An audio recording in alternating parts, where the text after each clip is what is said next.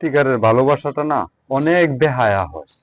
হাজার কষ্ট দেওয়ার পরেও মন যোগ্যতা দিয়ে এখন আর মানুষের বিচার হয় না। অর্থ হলেই সে তার বেধর্মীকে ভালোবাসা যায়, কিন্তু প্রতারককে।